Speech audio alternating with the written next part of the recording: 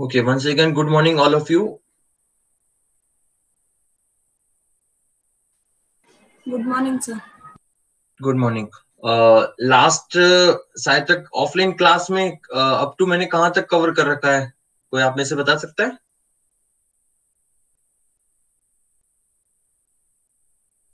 किसी को idea?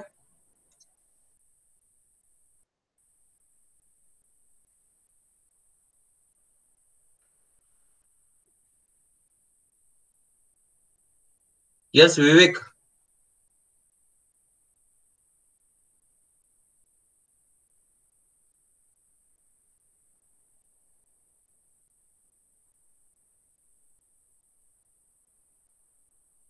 Sir bolt की क्लास वगैरह करवाए थे and after that pitch and ये सब जो टर्मिनोलॉजी है वो सब बताया था। ओके, ये वो फर्स्ट जो था यूनिट, जो इंट्रोडक्शन जो पार्ट था वो ऑनलाइन चैप्टर में मैंने कवर कर लिया था।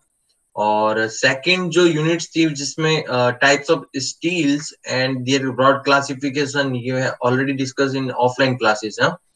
And last one is from the IS code 8002007. We have different cross section as per cross section, compact, semi compact and slender. तो इसके नॉर्मली जो कोड्स में अवेलेबल थे और आफ्टर इसमें नॉर्मली अपन ने कैसे क्लासिफाइड किया था, कौन बता सकता है आप में से?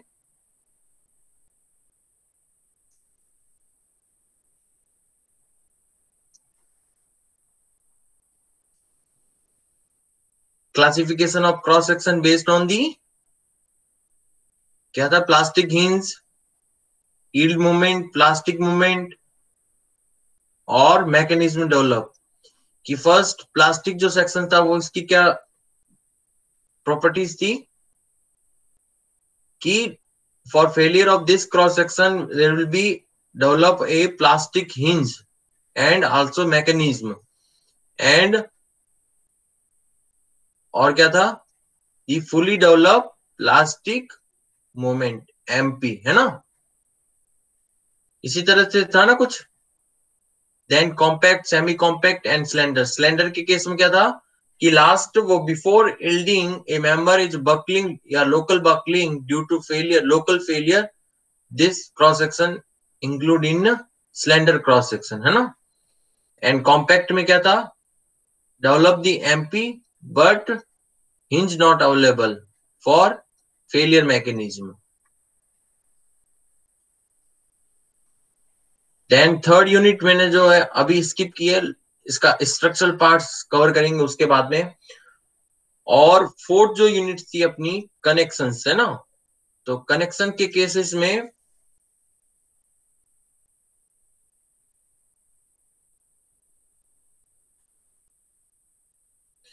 कनेक्शन में क्या क्या कवर कर लिया विवेक, अपन बता सकते हो आप कुछ?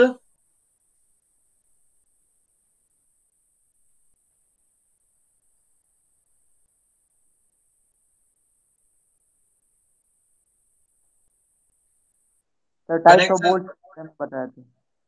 Okay, types of bolt. और sir welded connection, welded connection तो नहीं पढ़ाया।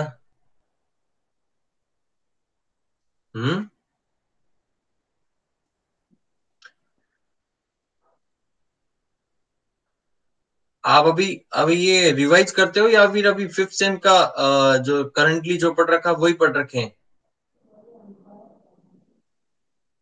सर अपन ने इसमें टाइप्स ऑफ बोल्ट्स कवर किया है और इसके जो मैं बोली ना वो स्पेसिफिक, जैसे अपने पिच और ये क्रॉस सेक्शन एरिया और ये सब इसका कवर किया है इसमें बोल्टेड कनेक्शन में।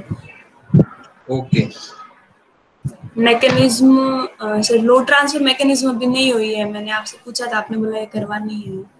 आई थिंक तो सर ये लोड ट्रांसफर मैकेनिज्म में पढ़ाया था ना मैंने कि बियरिंग और शियरिंग और किस तरह लोड के सॉरी वो फेलियर का नहीं हुआ, लोड ट्रांसफर मैकेनिज्म हो गई, फेलियर नहीं हुआ, मतलब फेलियर किस तरीके से होगा। बोल्ट्स का जो फेलियर है उसमें बताया था कि भाई जो different types of classification of bolts की मैं बताया था कि शियर टाइप, नहीं सॉरी, बियरिंग टाइप्स बोल्ट्स और high friction grips type bolts, वो बताया था नहीं टाइप ऑफ बोल्ट में। एक तो टाइप्स ऑफ बोल्ट में क्या क्या क्लासिफिकेशन किया था अपन ने?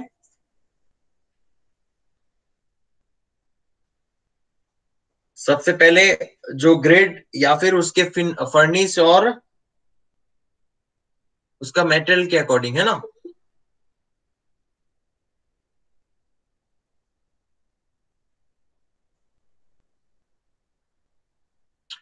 ओके, मैं मैं ये जो कनेक्शन जो पार्ट है वो वापस रिपीट कर रहा हूँ ब्रीफली। और जहां तक अपन ने डिजाइन ऑफ बोल्ट्स में, बोल्टेड कनेक्शन में last we have already discuss about the क्या पढ़ा था, शियर कैपेसिटी, है ना।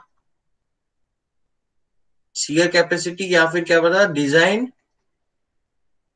Shear strength of bearing types of bolt, है ना। फॉर्मूला पढ़ा था ना इसका, ये पढ़ा था कि नहीं पढ़ा था? ये सर कोड में करवाया था आपने, इस पे न्यूमेरिकल भी करवाया था। ओके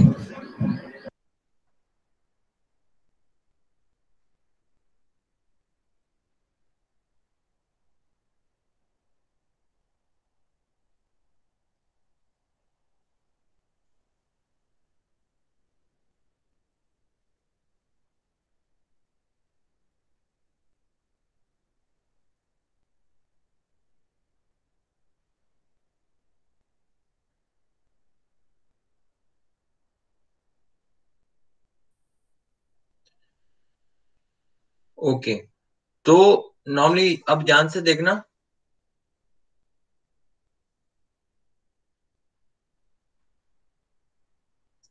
क्लास मैंने 9:45 बोला था Satish. Satish, am I audible to you? Yes sir. तो क्लास मैंने 9:45 बोला था ना सर थोड़ा मोबाइल डिस्चार्ज था। देखो ऐसा है कि ड्यूरिंग जो लॉकडाउन जो पीरियड है ना आपका, वो देखो जहां जहां बेनिफिट भी होगा कहीं ना कहीं लॉस भी होगा, है ना। सर तो आप पे डिपेंड करता है कि आप है ना इस जो टाइम पीरियड है ना, ये बेस्ट टाइम पीरियड है मतलब अपने आप को स्किल्ड ये इंजीनियर बनने के लिए। और अगर आप नहीं चाहते कि स्किल्ड इंजीनियर बनो या फिर प्लेसमेंट या फिर जो भी आप डिजर्व करते हो, जिस चीज को पाना चाहते हो, अगर वो नहीं मिल पाई तो मतलब ये आपका ये जो टाइम जो है वो वापस नहीं मिलेगा, है ना। क्योंकि आपके अदर जो टाइम जो कंज्यूमिंग था, जैसे हॉस्टल में रहना या फिर कॉलेज में रहना, क्लास में आना, ज्वाइन करना, फिर उसके बाद में जो रूटीन बनना, आफ्टरनून में जाके लंच करने के बाद फिर स्टडी करना, तो ये जो रूटीन जो जो टाइम आपका वेस्ट होता था वो सारा टाइम वेस्ट नहीं हो पाएगा। अगर आपको यूटिलाइज करना है ड्यूरिंग ये पैंडेमिक लॉकडाउन में, तो मोस्ट ये कि आप शेड्यूल बनाओ। डे का अगर शेड्यूल नहीं बनाओगे तो आपकी पढ़ाई अच्छी नहीं होगी। मॉर्निंग मॉर्निंग जैसे ही आप अपने आप को फ्रेश होके फिर उसके बाद जैसे भी आप पढ़ने स्टार्ट करते हो तो एक शेड्यूल बनाओ कि मुझे आज क्या पढ़ना है और क्या सब्जेक्ट में कवर करना है और मुझे किस चीज की तैयारी करनी है, उसका शेड्यूल बनाओ। उसके अकॉर्डिंग अगर चलोगे तो आपको जो 24 आवर्स है उसकी एकदम टाइम जो मैनेजमेंट होगा वो एकदम एब्सोल्यूट राइट होगा आपका, है ना। नहीं मैंने क्या होगा, रैंडम आप कभी भी पढ़ रहे हो कभी नहीं पढ़ रहे हो, तो इससे क्या होगा, आपका रूटीन खराब हो जाएगा, बेस खराब हो जाएगा ना। तो टोटल जो मोस्ट इंपोर्टेंट जो फोर्थ यूनिट जो बताई थी जिसमें कनेक्शंस का पार्ट पढ़ रहे थे, mostly there are 3 types of connections. One is riveted connection, second is bolted connection and third one is welded connection. Yes sir. Then riveted connection now is absolute, क्योंकि normally क्या हो रहा है कि रिवेटेड कनेक्शन में due to the higher economy, पहली बात तो कि रिवेटेड कनेक्शन को एक परमानेंटली अगर आप फिक्स करते हो तो उसके बाद परमानेंटली अगर वो इन दी डिसमेंटल या फिर जिस कनेक्शन को अगर आपको इन फ्यूचर टेम्पररी बेसिस पे ही रखना है और फिक्स नहीं रखना है, तो उसके केसेस में फिर सेकंड की इसको जो लेबर्स जो रहती है मीनिंग कि ऑन फील्ड पे क्या होगा, रिवेट को हॉट या फिर मेल्ट करने के बाद में ही इंसर्ट करते हैं, और ड्रिवन जो होगी हैंड ड्रिवन या फिर मशीन ड्रिवन, तो उसमें भी एक्स्ट्रा एक्सपेंसेस लगेंगे। देन सेकंड और क्या था, क्या क्या डिसएडवांटेज बताया था रिवेटेड का?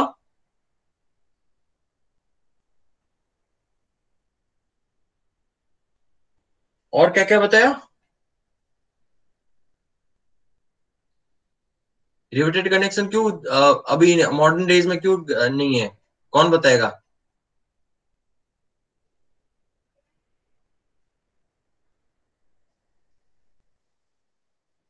ऐसा लग रहा है पहली लेबर बार आए क्या? हाँ रिपीटेड जॉइंट्स में सर लेबर कॉस्ट ज्यादा होता है, और फिर से ये जो प्रोसेस होता है उसमें नॉइज क्रिएशन ज्यादा होता है। हाँ, नॉइज और जो ये जो आप वापस जो हेड जो कंस्ट्रक्ट करते हो अपोजिट डायरेक्शन में, ये ड्रिवन और हैंड ड्रिवन या मशीन ड्रिवन होता है, लेबर ज्यादा लगता है। और once you fix the connection, you are not change the any alteration work नहीं कर सकते हो, है ना? सर जो पेनिट्रेट करके होल करते हैं सर, उससे क्या होता है कि सर वो वीक वीक वो वहाँ का जो है वो लेयर हो जाता है। नहीं जैसे हॉल तो अगर इसमें वोल्टेज में भी करने पड़ते हैं, लेकिन ये हॉट ड्रिवन होता है तो इसमें मेटेरियल की प्रॉपर्टीज भी चेंज हो जाती है। ये भी एक ड्रॉबैक है इसका। तो अभी मैं वापस इसको कनेक्शन जो पार्ट है वो वापस थोड़ा सा रिपीट कर रहा हूं, ताकि आपको थोड़ा ब्रीफ रिकॉल हो जाए जो मैंने पढ़ा रखा है। तो टोटल जो कनेक्शंस थे, 3 टाइप्स के कनेक्शन थे। बट ये जो कनेक्शन है क्लासिफिकेशन, वो नॉर्मली क्या था, ये था मेथड ऑफ फास्टनिंग।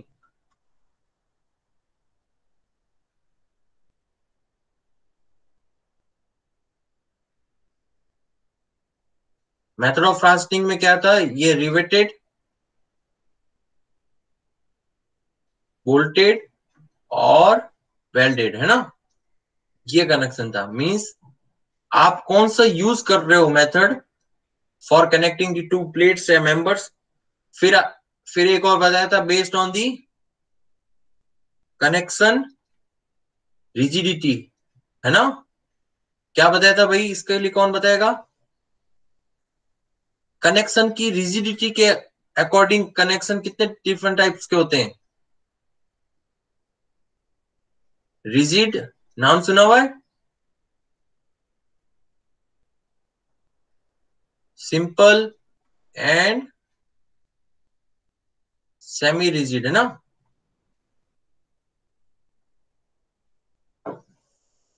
ऐसा लग रहा है बहुत सदियों हो गई स्टील की क्लास पढ़े हुए या फिर स्टील के नोट्स पढ़े हुए।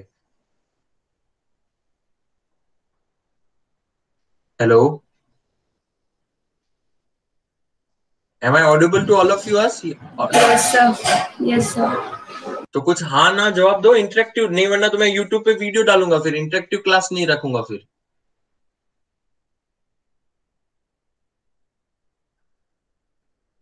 Sorry sir. क्या हुआ? ये मतलब ये जो कुछ जो लिख रहा हूँ ये आपको रिकॉल हो रहा है कि नहीं हो रहा है, या फिर बिल्कुल एकदम साफ यस हो गया सर, सब? हो रहा है। तो रिजिड जो कनेक्शन है वो क्या क्या होता है इसके बेस में? रिजिड क्यों बोला था मैंने, इसको वर्ड क्यों बोला था रिजिड?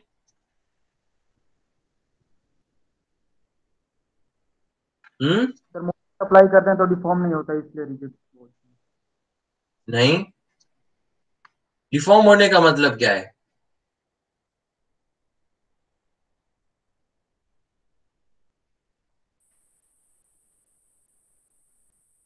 ये कनेक्शन रिजिड है मींस कि angle between the two members, connected member, which is not changed due to or slightly change due to load transfer, और ये जो मोमेंट कैपेसिटी है,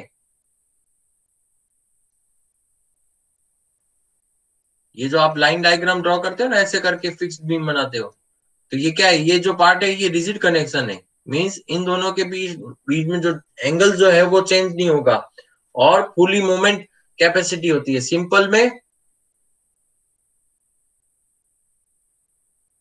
जो मोमेंट ट्रांसफर कैपेसिटी होती है वो 0 होती है ना, और इसको और क्या बोलते हैं, हिंज कनेक्शन,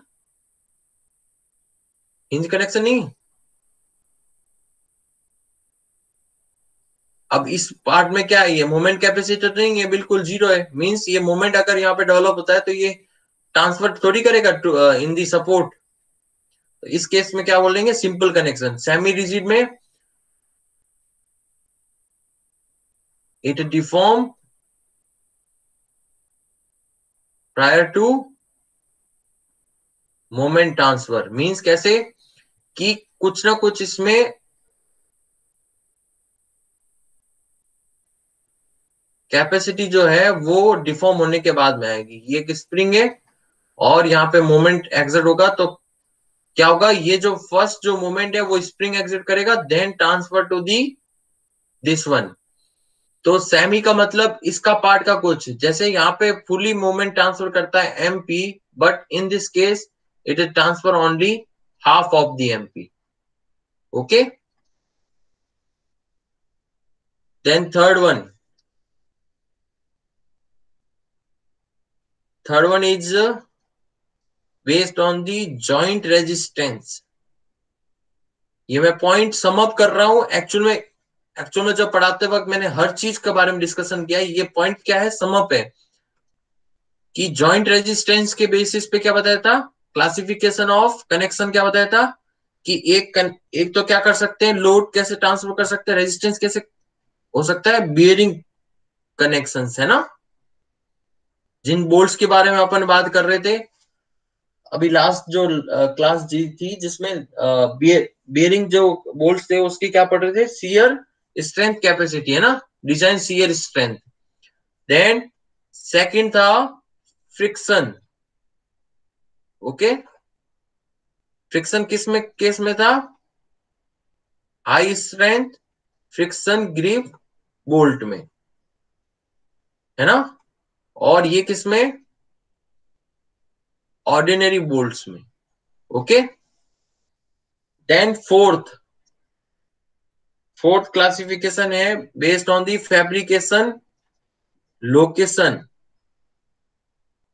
ये आईएस कोड में बताया था, क्या बताया कि जो पार्सल फैक्टर ऑफ सेफ्टी था गामा एम बी, क्या बताया था, सॉब एंड फील्ड।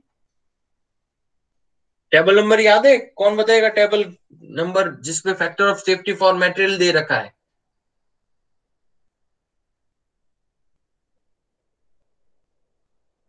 टेबल कौन नंबर बताएगा आप 19। में से,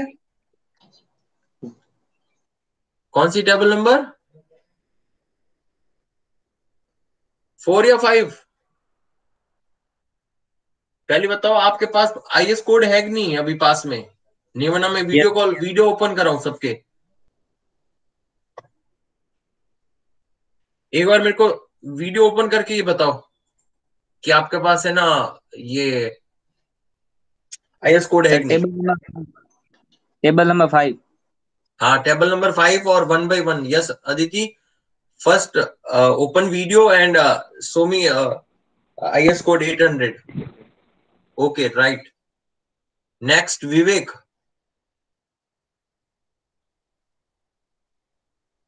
सर आईएस थोड़ा हॉस्टल में छोड़ दिया मैंने, तो मेरे को याद नहीं था वो। ओके, तो आपके पास सॉफ्ट कॉपी है। Yes sir. ओके, एंड सावल। मैं फिर मैं आज। ओके, सर वो हॉस्टल से लाया ही नहीं सर। आप भी हॉस्टल में रख के आ गए। जी। एंड सतीश।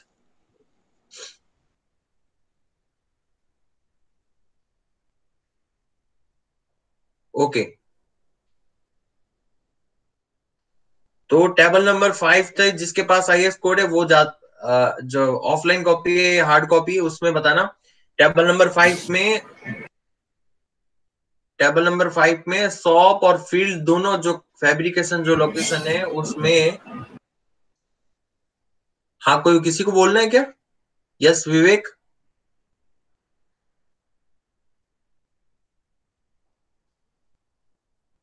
किसी को बोलना है कि अनम्यूट माइक किया आपने किसी, ओके, देन फैब्रिकेशन लोकेशन के अकॉर्डिंग शॉप और फील्ड में जो पार्सल फैक्टर और सेफ्टी ऑफ मटेरियल कितना लेते थे? 1.25। ओके, दोनों केस में या फिर चेंज था? दोनों के। सर वेल्ड में चेंज होता है, बाकी सब में सेम है। ओके,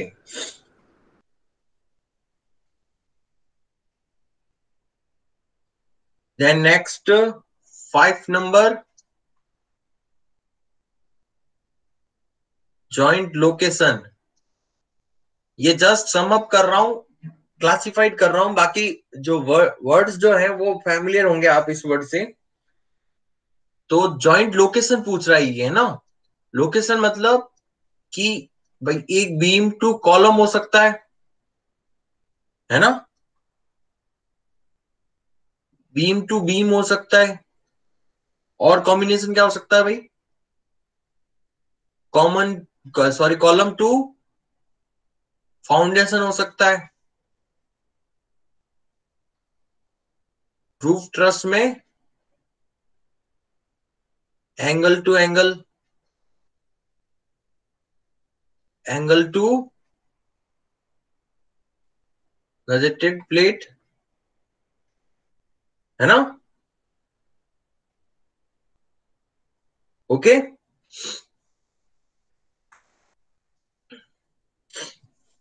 अब आते हैं डायरेक्टली अपन सीधा पॉइंट पे, कौन सा? की design capacity of bearing type of bolts, है ना।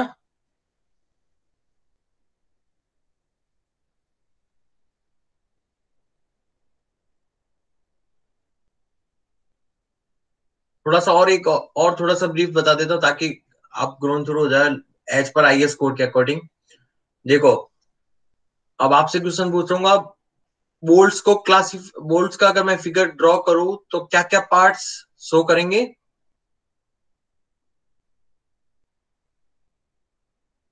वन बाय वन बताएंगे। इस पार्ट को क्या बोलते हैं? हेड। ओके, देन इस पार्ट को? शैंक। और इस पार्ट को? थ्रेडेड को। Head shank. थ्रेडेड पोर्शन, है ना। ओके, अगर इसका नॉमिनल डायमीटर डी है तो वो उसका मीनिंग क्या होगा? नॉमिनल डायमीटर अगर ये है तो मतलब वो किसका डाया होगा? शैंक का,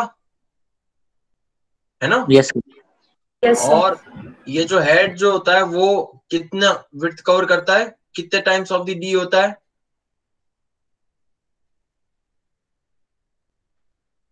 नोटबुक में लिखाया था कितना होता? 1.5 या 1.8?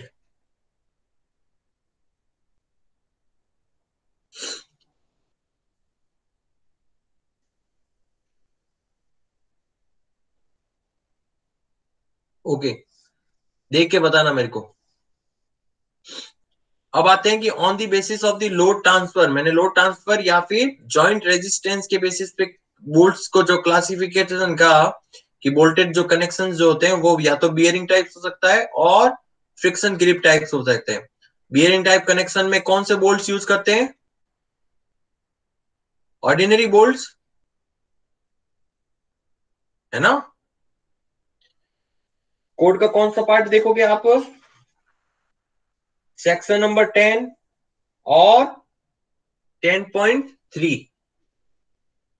तो बियरिंग टाइप ऑफ जो बोल्ट्स हैं उसके अगर प्रॉपर्टीज देखनी है तो क्लॉज नंबर 10.3। ओके, इसमें दो कैटेगरीज में कर रखा है। पहले डिजाइन शियर स्ट्रेंथ VDSB और डिजाइन बियरिंग स्ट्रेंथ VDPB, है ना।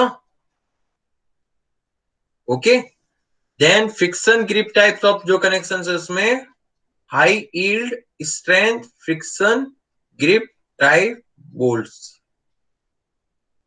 ओके, तो मैं अभी आज का लेक्चर और लास्ट जो लेक्चर था ऑफलाइन वो आपका बियरिंग टाइप्स ऑफ बोल्ट्स के कंसीडर में था।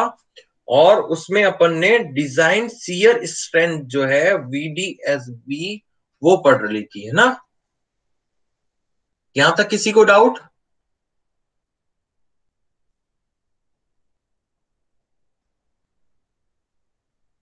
No sir. Okay,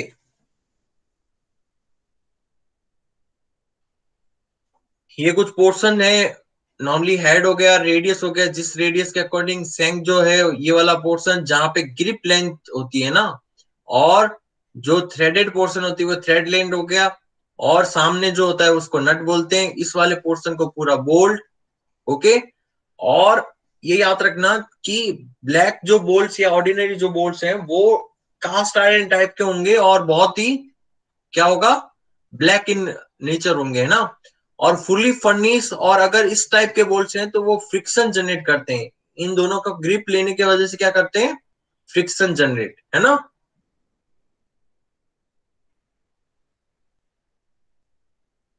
bearing types of bolt दो बताए थे, क्या थे? अनफिनिश्ड, मतलब उनका जो सरफेस जो है वो फिनिश नहीं है, और इसके वजह से क्या बताया था कि ये फुली क्या करते हैं, जिस होल्स में प्रोवाइड कर तो करेंगे तो उसके अंदर फुली डेवलप बियरिंग जो एरिया है वो फुलिंग नहीं करेंगे। जैसे कि अगर ये आपकी प्लेट्स हैं और इसमें आपने होल प्रोवाइड कर रखा है, but we insert the black bolts और अनफिनिश बोल्ट, तो अनफिनिश में क्या होगा, ये जो सरफेस जो होगी वो रब होगी, तो फुली जो बियरिंग जो एरिया है वो क्या होगा, रिड्यूस, है ना? बियरिंग जो एरिया होगा बोल्ट्स का करस्पॉन्डिंग प्रोजेक्टेड जो वो क्या होगा, रिड्यूस होगा ना। फिनिश के केस में क्या बताया था? सर ये फ्रिक्शन के थ्रू लो ट्रांसफर नहीं होगा, लो ट्रांसफर होगा फिनिश्ड में। एक्चुअल में दोनों में बियरिंग के थ्रू ही ना लो ट्रांसफर होगा, है ना? सर एक इसमें सर इसके अंदर सर ये अनफिनिश्ड में सर फ्रिक्शन के थ्रू लो ट्रांसफर नहीं होगा ना? लो ट्रांसफर दोनों में फ्रिक्शन के थ्रू लो ट्रांसफर नहीं होता है। Okay sir. एक्चुअल में दोनों का किस लिए जिक्र किया कि बियरिंग टाइप्स ऑफ बोल्ट्स हैं जिसमें ये अनफिनिश और फिनिश्ड है ना? जस्ट ये जो क्लासिफिकेशन है इसका अनफिनिश का, वो क्या बताया था, 4.6 जो ग्रेड है इस टाइप के बोल्ट्स हो गए। ओके, और क्या बताया था इसके केस में, क्या बताया था मैंने कि ये क्या है, इंपैक्ट, फटीक और डायनेमिक लोडिंग में प्रिफर्ड नहीं होंगे, है ना? ये जस्ट लाइट स्ट्रक्चर जो होते हैं ट्रस और जिसमें परमानेंटली या ग्रेजुअल लोडिंग जो होती है उसी के यूज में होते हैं, ब्रेसिंग्स में उसमें यूज कर सकते हो अनफिनिश्ड और black bolts, but in case of the higher impact और डायनेमिक लोडिंग इसमें यूज होंगे आपके फिनिश टाइप और टर्न बोल्ट्स, है ना? ओके,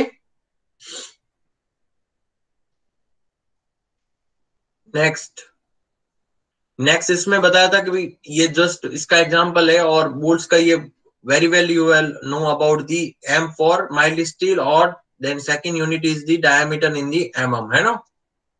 और विच इज डायमीटर, ये क्या होता है, कौन सा डायमीटर होता है भाई? ये सेंक का डायमीटर होता है या थ्रेडेड पोर्शन का? Nominal diameter. नॉमिनल डायमीटर, और वो भी कौन सा, सेंक में ना, यस और mm में। फिनिश वाले में जस्ट क्या था कि इसका जो सेंक जो है वो हेक्सागोनल सेंक टू सर्कुलर शेप होता है, टर्निंग में मतलब जो हेड जो है वो नॉर्मली हेक्सागोनल होगा, और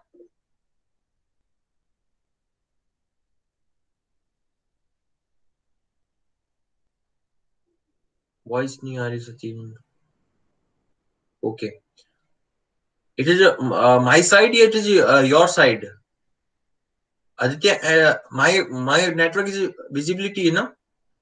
yes sir. Okay, mean Satish के साइड में नेटवर्क प्रॉब्लम। और फिनिश वाले में बता ही रखा था, डायनेमिक वाले इम्पैक्ट और फटीग, उसके केस में इसको कनेक्शन करते हैं ना। अब आते हैं कि कुछ ये जो कुछ याद आया आपको ग्रेड का जो बताया था मैंने कि 4.6 का मीनिंग क्या बताया था? Ultimate stress of the bolt grade 4.6 equal two numbers multiply by 100 first, और किसमें था? मेगा पास्कल में, न्यूटन पर एम स्क्वायर आल्सो। और अगर मुझे for the finding the yield strength या yield stress of the bolt material, how can I find it? Directly 0.6 into 0.6 FU. multiplied by FU is 240 Newton per mm square. Okay, Yes sir. Bolts normally जो black या फिर unfinished बताया था, turned और fitted हो गया, और high strength friction grip, 3 type के मोस्टली बोल्ट्स अपन कंसीडर करेंगे। और इनका जो ग्रेड जो है वो नॉर्मली क्या होगा? 4.6 अगर ग्रेड में बताऊं तो अप टू इतना ही रहेगा, और स्टैटिकली ओनली फॉर लोड्स के लिए होगा। और इनकी डक्टिलिटी और ये जो क्वालिटी जो होती है वो जनरली हाई फिनिश टाइप की नहीं होगी। और फिर आते हैं टर्न और फिटेड वाले में, जो हायर ग्रेड्स के जो बोल्ट्स है अबव दी 4.6 और अप टू 8.8, और फिक्शन ग्रिप टाइप बोल्ट्स में एसपी पीछे डिनोट करते हैं for choosing the higher strength. ये नॉर्मली यूज होता है फॉर दी जिसमें नॉर्मली फटीग्स या डायनेमिक्स लोड जो है वो मैग्नीट्यूड ज्यादा हो as compare to use in the turn या फिर फिटेड।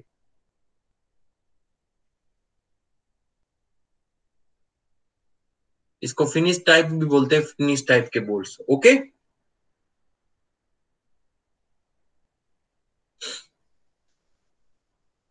अब आते हैं अपन मेन टर्मिनोलॉजी पे, है ना।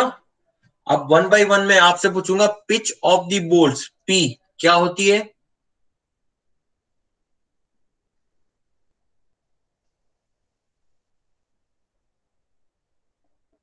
Sir, distance between center to center of two adjacent bonds in the direction of load. हाँ, इन दी डायरेक्शन ऑफ लोड, ये जो वर्ड्स जो है ये मत भूलना। और किन्हीं एडजेसेंट दो बोल्ट्स के बीच में हॉरिजॉन्टल डिस्टेंस है ना, हॉरिजॉन्टल और also in the parallel to the load direction, ये है आपकी पिच। देन गॉज क्या है इसके अपोजिट? Perpendicular to the load direction, adjacent centre to centre distance G. Okay, at right angle to direction of the load. And edge and end distance क्या बताया था?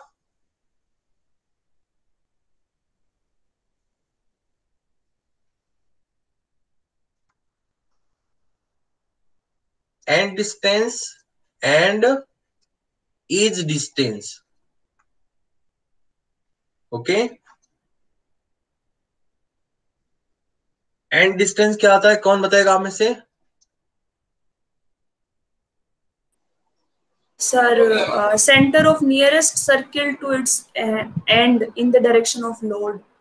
हाँ, कि अगर ये बोल्ट्स हैं और टू द नियरेस्ट जो एंड है इसके पॉइंट से एज से इसके सेंटर के बीच में distance, but in the direction of load, ये हो जाएगी आपकी ई एंड डिस्टेंस। दोनों को ई से रिप्रेजेंट करते हैं। और एज डिस्टेंस क्या हो जाएगा? Perpendicular adjacent direction. edge but perpendicular to load. Okay, you can also and या एज डिस्टेंस ई और ई डैश से भी डिनोट कर सकते ताकि कंफ्यूजन ना हो फॉर द फिगरिंग या फिर normally representation of the voltage connection. Okay, ये जस्ट नॉर्मल एक फिगर है जिसमें फोर्स ऑफ डायरेक्शन जो है वो पी इस डायरेक्शन में है, और इस डायरेक्शन के परपेंडिकुलर किन्हीं भी दो एडजेसेंट जो बोल्ट्स होगा in the direction of load direction we can say pitch, और इसके परपेंडिकुलर जो एडजेसेंट जो बोल्ट्स के बीच में सेंटर टू सेंटर डिस्टेंस होगी वो गॉज हो जाएगी। और ये जो ई डेस्ट है और ई है इसमें एंड डिस्टेंस कौन सी और एज डिस्टेंस कौन सी, विवेक बताएगा। Yes Vivek, am I audible to you?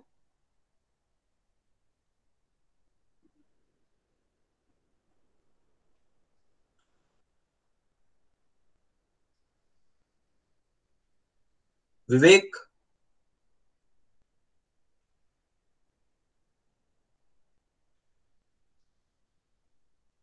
second one is Satish. Yes Satish, am I audible to you? Yes sir. हाँ सतीश, इसमें ई डैश और ई में एज और एंड डिस्टेंस कौन सी है? Sir E dash end distance है। पक्का? Yes sir. Sure? Sure yes sir. Sir. Okay, end edge distance, E, edge distance equal to E. Okay, yes sir. अब आते हैं इनके कुछ क्लॉज पे, है ना। ये वाला मैंने कवर कर ही लिया था आगे वाला पार्ट्स में, इसको देखने की जरूरत नहीं है आपको। और डिफरेंट टाइप्स ऑफ जो बोल्ट्स है उनके अगर ग्रेड्स दे रखे हैं, we can directly find out the by the help of the thumb rule, ultimate stress and yield stress. Okay, for example 4.6 का बता दिया था, बाकी किसी भी ग्रेड का अगर सिंपली फाइंड आउट करना है तो डायरेक्टली थंब रूल आप फाइंड आउट कर सकते हो। अब आते हैं इसके कनेक्शन के जो स्पेसिफिकेशन है आईएस कोड के 80/2007। जो ये जो चीजें जो बताई थी ये क्या थी, आपकी रिमेन बच गई थी पूछने के लिए, है ना। बाकी कवर तो करा रखा था। अब आते हैं फर्स्ट टर्म्स पिच के बारे में, क्लॉज नंबर 10.2.2। हाँ, मिनिमम पिच और मैक्सिमम पिच। मिनिमम पिच कौन बताएगा?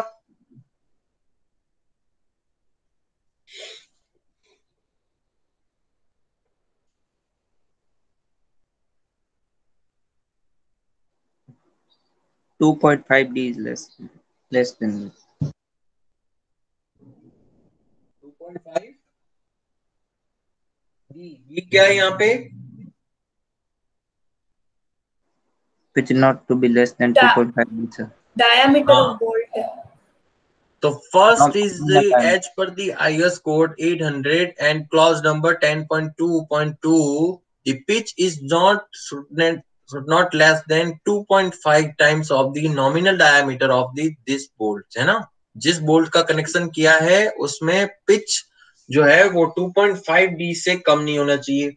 Okay, this is the minimum limit and maximum limit it is depends on the the members are under Compression which or action, tension. either Yes. in tension or either in a compression. Compression. Yes. For in the case of the tension, we directly say 16 T or 200 mm minimum. Minimum of the 16 times of the T and 200, Yes sir. or Where T is T not is greater thickness than. of sir, T is thickness of thinner plate. हाँ, thinner plate. अगर कुछ दो plates हैं तो आपको thickness कौन सी consider करनी है? Thinner plate. T1 or T2. If T1 is greater than T2, then in this case we directly multiply by T1. T2 sir. T2 या T1?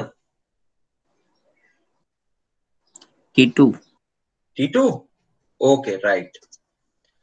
Then if members are subjected to in compression, then it reduce 4 times of 4 T, 12T. कोई बता सकता है कि compression के case में pitch जो है मैक्सिमम पिच ये रिड्यूस क्यों हुई और टेंशन के केस में ना हायर जो पिच क्यों कंसीडर किया?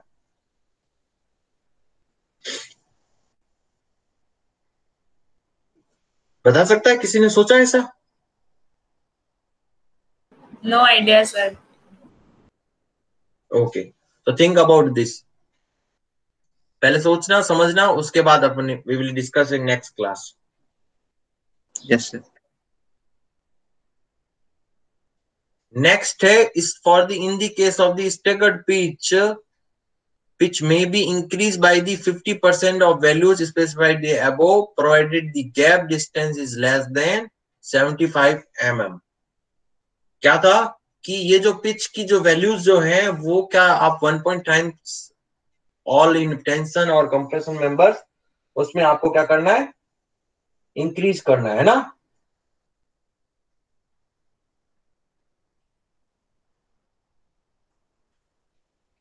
But in case of the staggered, जो ये जो गॉज जो है ना आपका, स्टेगर्ड का क्या बताया था? सिंपल यही बताया था कुछ, स्टेगर्ड है ना ये। Yes, sir. तो ये जो डिस्टेंस है जी, और ये क्या होगी आपकी P, if the force direction this capital P. तो ये जो जी की डिस्टेंस है ये मैक्सिमम क्या होनी चाहिए? 75 से ज्यादा नहीं होना चाहिए। ओके, बाकी जो अदर जो लिमिट्स है उसको 1.5 टाइम्स कर देना।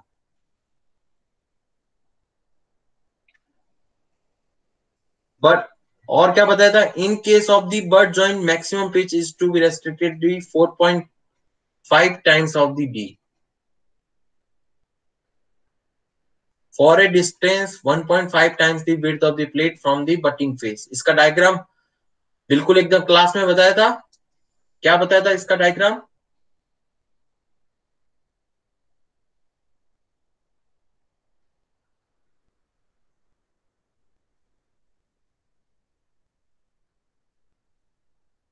पहली बात तो बट जॉइंट, ये है आपका बटिंग फेस, कहां तक डिस्टेंस अपन को लेनी है?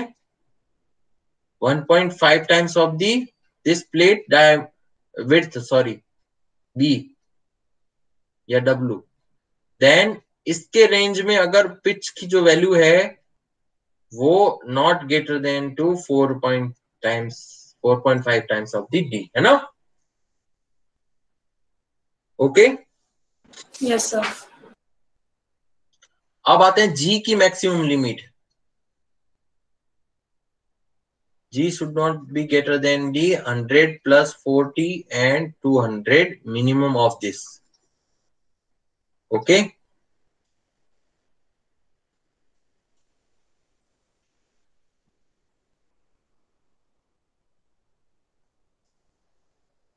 नेक्स्ट आगे रहते हैं अपन एज और एंड डिस्टेंस। दोनों में एक ही डिफरेंस है। जस्ट पहली बात तो कि पहली बात, जिस एजेस को आपने हैंड फ्लेम कट किया है या फिर सीयर फ्लेम कट किया है, तो उसके केस में जो एजेस जो होते हैं वो एकदम साफ रहते हैं, स्मूथ नहीं रहते। तो उसके केस में जो है ई की मिनिमम वैल्यू है it not should be less than 1.7 times the diameter of the hole. यहाँ पे गलती मत करना, पिच और एज और एंड डिस्टेंस में याद रखना, एज और एंड डिस्टेंस डिपेंड करता है कि उसका डायामीटर ऑफ होल कितना है ना। वो ये नहीं डिपेंड करता कि आप कितने डायमीटर का बोल्ट्स ले रहे हो ना। इनडायरेक्टली तो डिपेंड करेगा, क्योंकि diameter of hole also depend on the diameter of bolt. Okay, यहां तक clear? Yes, sir. Okay, yes sir.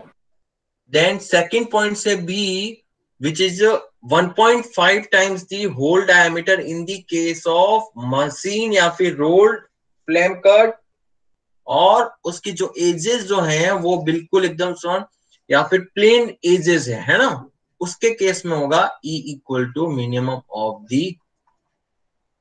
Okay, अगर कुछ नहीं दे रखा क्वेश्चन में तो आप कौन सा कंसीडर करोगे, 1 या 2? दिमाग लगाओ। अगर आपको क्वेश्चन में फॉर एक वोल्टेज कनेक्शन दे रखा है और एज डिस्टेंस उन्होंने नहीं मेंशन कर रखा है, bye the help of IS 800 2007 code you can also the find out the minimum age या एंड डिस्टेंस। तो अपन कौन सा कंसीडर करेंगे?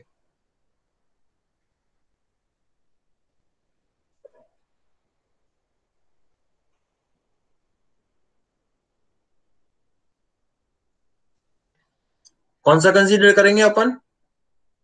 दिमाग लगाओ भाई, सेफर साइड कौन सा है? ज्यादा डिस्टेंस कौन सा दे रहा है? 1.7। नो। तो अगर 1.7 अगर अपन ने कवर कर लिया तो 1.5 क्या कर सकता है? वो अंडर कवर और नहीं हो जाएगा, है ना? अगर आपने लेट्स अज्यूम कि आपका ये जो डाया है वो है आपका 10 mm या फिर sorry 20 mm. Okay, 20 mm of the diameter of the hole and diameter of the bolts is 18 mm. Okay, then अब अगर आपको कुछ नहीं दे रखा तो मतलब अगर आप फॉर कंसीडर दी प्लेन या फिर मशीन फ्लेम कट तो क्या करोगे आप 1.5 टाइम्स ऑफ दी 20 तो कितनी आ जाएगी 30 mm, है ना? नहीं, और यस अगर आप मशीन मशीन नहीं लेके हैंड फ्लेम कट या फिर सीएड फ्लेम कट है तो उसके केस में 1.7 टाइम्स ऑफ दिस क्या आ जाएगा 34 mm. तो अगर मैं already we will consider 34 mm तो जो 30 mm है वो ऑलरेडी कवर हो जाएगा ना, क्योंकि ये क्या है मिनिमम है, इससे मैक्सिमम आप प्रोवाइड कर सकते हो. Yes sir. ओके, तो ये ऐसे जो क्वेश्चंस हैं वो इंटरव्यू या फिर वाइवा में पूछते हैं आपसे. पढ़ना अलग बात है और कंक्लूड और अपने आप में समझ लेना वो अलग बात है ना. दोनों चीजें याद है, लेकिन सिंपल बात पूछी थी मैंने कि इसमें कंसीडर कौन सा करोगे, तो consider we will sir always safe side में रहना चाहते हैं ना अपन तो. ओके, नेक्स्ट आते हैं इसी की एज या एंड लिमिट जो है वो maximum limit is they should not be exceed 12 times of the thickness of the thinner plate multiplied by the epsilon. Epsilon is the square under root of the 250 divided by Fy. Okay, 250 by Fy.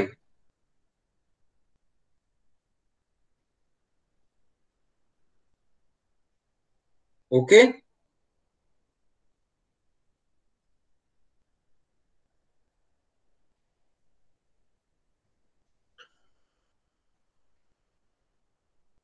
now 40 plus 4t ये क्या है?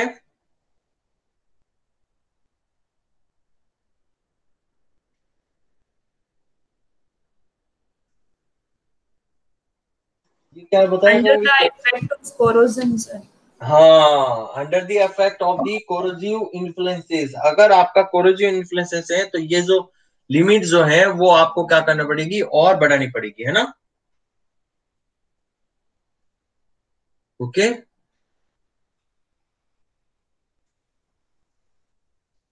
Hello, हाँ घर पे आ जाओ.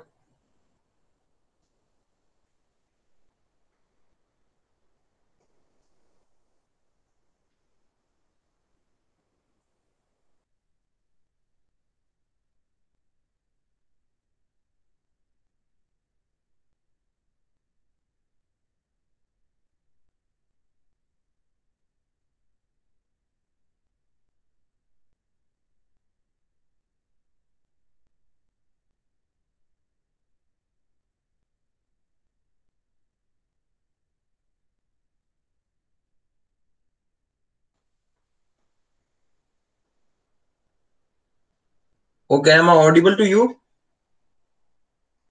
Yes, sir. Am I audible to you, all of you? Yes sir.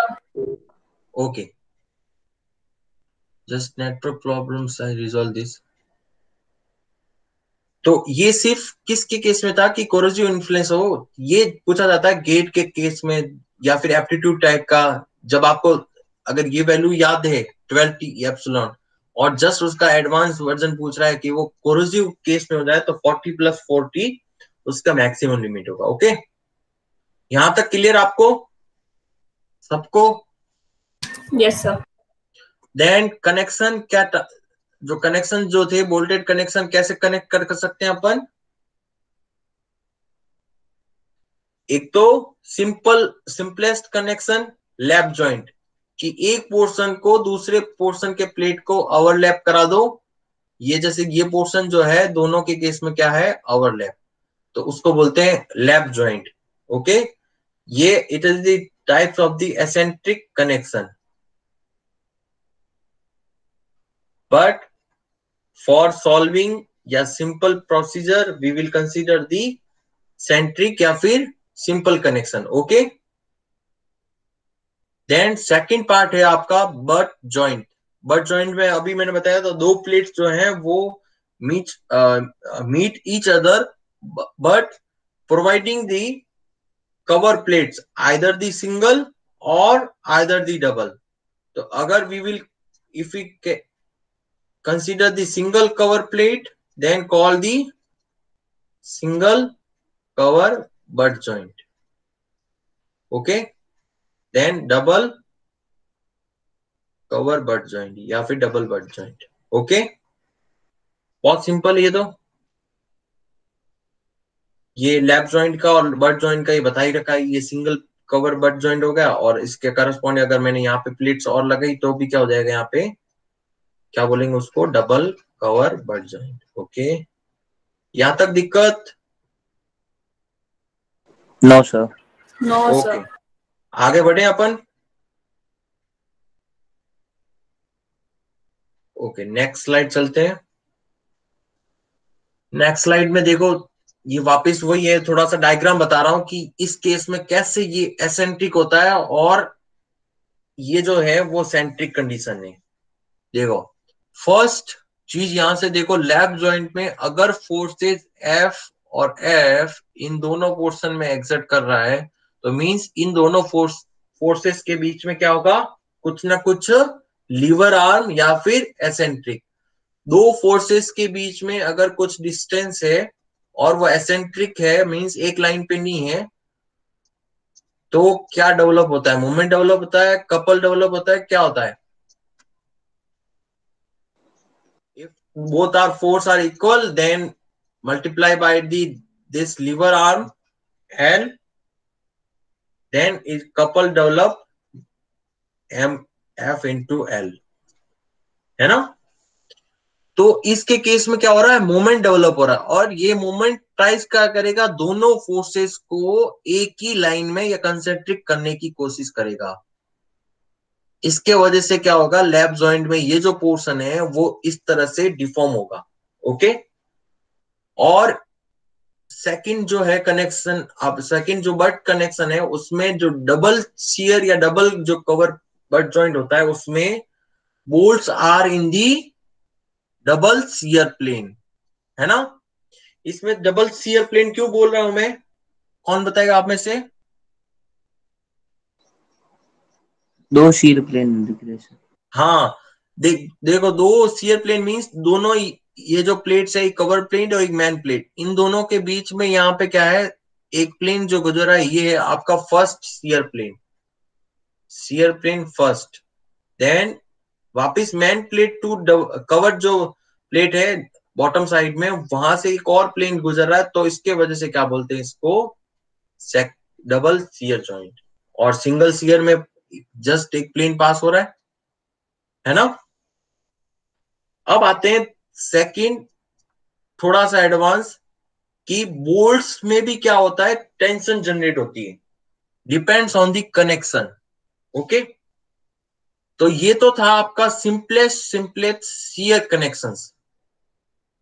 ये सारे में क्या लग रहा है, शियर ही शियर लग रहा है ना? अब इस केस में यहां से देखो कि we have a T section. Okay, we have T section और ये टी सेक्शन से एक बोल्ट कनेक्ट किया और यहाँ पे कोई भी एक हैवी मेटेरियल या फिर मशीन जो है वो कनेक्ट है. ओके, और ये जो टी सेक्शन है वो किसी रूफ टॉप पे या फिर एक जो प्लेट्स हैं उससे कनेक्टेड है. तो यहां से ध्यान से देखना, ये जो बोल्ट्स हैं जहां पे ये कनेक्ट हो रही प्लेट्स, तो ये जो फोर्स है ये क्या लगेगा, F. ये मान लो ये फोर्स है P लोड, तो P लोड ट्रांसफर हो रहा है, तो ये है आपका बोल्ट नंबर 1 और ये है आपके बोल्ट नंबर 2 बोथ. अब मेरा क्वेश्चन है फर्स्ट अदिति से, सेकंड क्वेश्चन है सतीश से. ओके, फर्स्ट क्वेश्चन है सतीश, बोल्ट जो 1 है वो किसके अंदर शियर रजिस्ट मतलब सॉरी किस टाइप से ये बोल्ट जो है वो अंडर एक्शन होगा या फिर किस टाइप से ये रेजिस्टेंस प्रोवाइड करेगा? सर ये एक्सियल लोड प्रोवाइड करेगा, एक्सियल मटेरियल। ध्यान से सुनना, ध्यान से। Bolt number 1, okay. Bolt number 1 कौन सा है? ये वाला बोल्ट। सबसे पहले क्या बताया था मैंने? किसी चीज को सॉल्व करने के लिए क्या करते हैं? Free body diagram. Free body diagram बनाते हैं। तो इसका फ्री बॉडी डायग्राम बनाओ। ये है आपका फर्स्ट नीचे बॉटम वाला पोर्शन, कनेक्टेड वाला, इसके ऊपर 2 होल्स हैं। ओके, ये है आपका लोड P, टेंसाइल। तो इधर भी क्या लगेगा? P लोड अपोजिट में। अब जो बोल्ट्स जो अंदर था, ये जो बोल्ट्स हैं वो क्या था? एक तो इससे रजिस्ट कर रहा है और एक इससे रजिस्ट कर रहा है। ये है आपका बोल्ट नंबर 1। अब बोल्ट नंबर 1 में एक तो ये शियर प्लेन होगा, एक शियर प्लेन होगा, तो 2 शियर प्लेन। 2 शियर प्लेन में कैसे डिनोट करेंगे? एक ऐसे, सेकंड, थर्ड,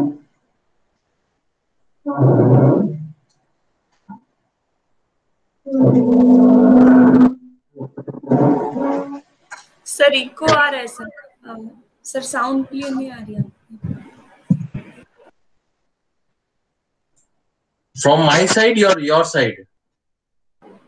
सर ना ओके सर। ओके,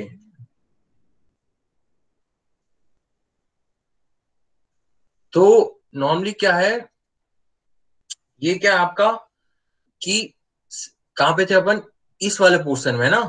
तो ये क्या कर रहा है? एक्सियल जो लोड है ये डायरेक्टली शियर ऑफ हो रहा है किस बोल्ट्स में? इसमें। ये एक सिंपल ही तो नहीं है, ये इस टाइप का नहीं बता रहा था मैं अभी आपसे कि ये प्लेट्स है और 2 प्लेट्स है जिसके बीच में ये फोर्स है P, और ये भी P, और यहाँ पे आपके बोल्ट्स लगे हुए हैं। तो ये बोल्ट जो है वो क्या रजिस्ट कर रहे हैं? शियर करेंगे ना? शियर करेंगे क्या टेंशन करेंगे? शियर। शियर। तो बोल्ट्स 1, जो बोल्ट्स 1 है वो तो होंगे आपके किसमें? शियर। शियर में।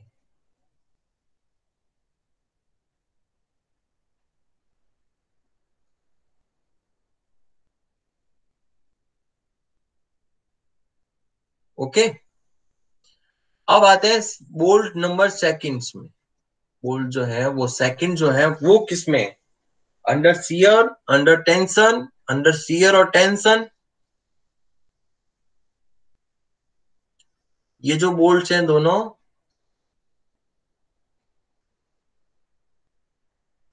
अगर इस प्लेट का टी सेक्शन का मैं बनाऊं ड्रॉ, तो टी सेक्शन के इस एज पे लग रहा है फोर्स P, वापस लगेगा P। ये दोनों जो फोर्स है P, ये रेजिस्ट कर रहा है 2 बोल्ट्स यहाँ पे, एक ये बोल्ट्स और सेकंड जो बोल्ट्स हैं वो कुछ पोजीशन पे यहाँ पे। ओके, ये जो बोल्ट्स हैं ये क्या कर रहे हैं? P/2 और P/2।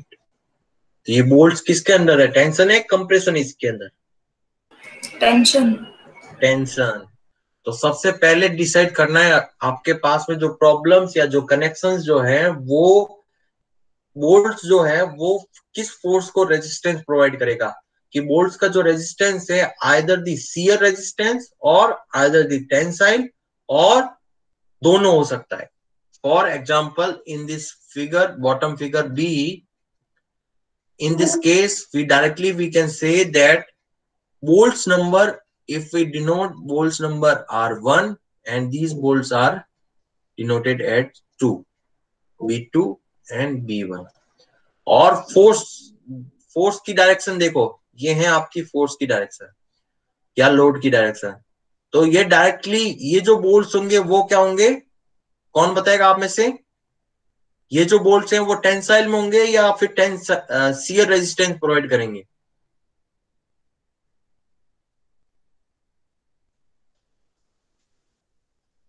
जब अगर डॉट डॉट की बात आ रही है तो मतलब क्या है? बोल्ट्स का ओरिएंटेशन क्या है? Perpendicular to this plane, perpendicular. Perpendicular to this plane मतलब ये डॉट है, शेयर में से शियर में होंगे। राइट राइट, ये क्या करेंगे? शियर में। बट ये जो फोर्स है वो अगर मैं इस तरह ड्रॉ करूं और इसकी सेंटर लाइन ड्रॉ करूं तो कुछ एंगल जो थीटा है, इस एंगल पे ये फोर्स लग रहा है। तो ये जो फोर्स जो है वो क्या क्रिएट करेगा? पहली बात, ये फोर्स जो है दो कंपोनेंट में डिवाइड होगा, एफ एच और एफ वी। ओके, देन इस एफ वी से ये जो है फोर्स, तो एफ एच तो क्या करेगा? इन फोर्सेस को क्या करेगा? शियर सेम में। केस हो गया ना। एफ एच मतलब हॉरिजॉन्टल फोर्स क्या करेगा? इस वाली प्लेट्स को पुल करेगा। पुल करेगा मतलब ये जो बोल्ट्स नंबर 2 है वो अंडर किस सेक्शन में रहेंगे? टेंशन या फिर शियर?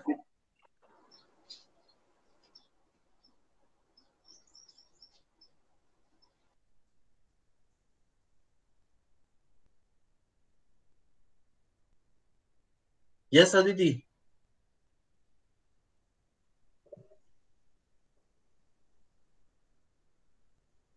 टेंशन से। टेंशन में रहेगा ना। तो बोल्ट्स जो नंबर जो सेकंड है वो क्या रहेंगे? Under the tension. सिंपल। यहां तक समझ में आया सबको? Yes sir. Okay, next slide पहुंचते हैं अपन, आते हैं आज का जो नया टॉपिक जो बताया। नया तो क्या है, ये जस्ट फ्री बॉडी जो डायग्राम था उसमें मैंने ऑलरेडी बता दिया था कि लोड ट्रांसफर जो मैकेनिज्म है वो किस तरह होता है। फॉर दी बियरिंग कनेक्शंस, उसके अंदर बियरिंग जो स्ट्रेसेस जो होते हैं वो क्या करेगा? प्रिडोमिनेटली रेजिस्ट करेगा। सेकंड, जो फ्रिक्शन टाइप्स के बोल्ट्स हैं, अगर इसका ये क्या है? एफबीडी, फ्री बॉडी डायग्राम, कि अगर टेंशन फोर्स दो प्लेट्स जो है वो लग रहा है टी फोर्स, और इन दोनों फोर्सेस को by the help of bolts you connect करने के लिए क्या होगा? जहां पे बोल्ट्स का डाया होगा उसके करस्पॉन्डिंग इस फोर्स को रेजिस्ट करने के लिए ये क्या डेवलप होंगे? Bearing stresses. ये जो बियरिंग स्ट्रेसेस हैं सामने किस पे एक्सर्ट करेंगे? वापिस बोल्ट्स पे। और ये बोल्ट्स वापिस नीचे वाले पोर्शन पे करेंगे अंडर द इक्विलिब्रियम। मतलब इक्विलिब्रियम में मतलब ये जो बोल्ट्स हैं और प्लेट जो है वो अंडर स्टैटिक इक्विलिब्रियम है, मतलब ये कहीं पे मूव नहीं हो रहा। तो मूव नहीं हो रहा मतलब ये वाला जो फोर्स है एफ, वो करस्पॉन्डिंग यहाँ पे एफ लगेगा। और ये जो स्ट्रेसेस जो है वो बियरिंग स्ट्रेसेस सामने वापिस रेजिस्टेंस प्रोवाइड करेगा इस होल्स में, इसके डायरेक्शन में। यहां तक क्लियर या फिर वापस बताऊं?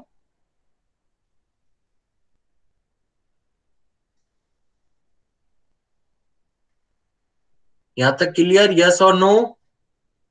Yes sir. क्लियर है?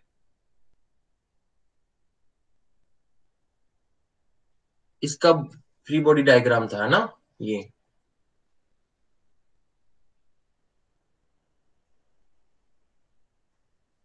ये जो टी फोर्स है ये बोल्ट्स इस पे क्या करेगा? बियरिंग एग्जर्ट करेगा, और इसको फोर्स रेजिस्ट करने के लिए यहाँ पे बियरिंग एग्जर्ट होगी। ठीक है, इस वाले पोर्शन पे वापिस जो है बोल्ट्स पे लगेगी इस डायरेक्शन में।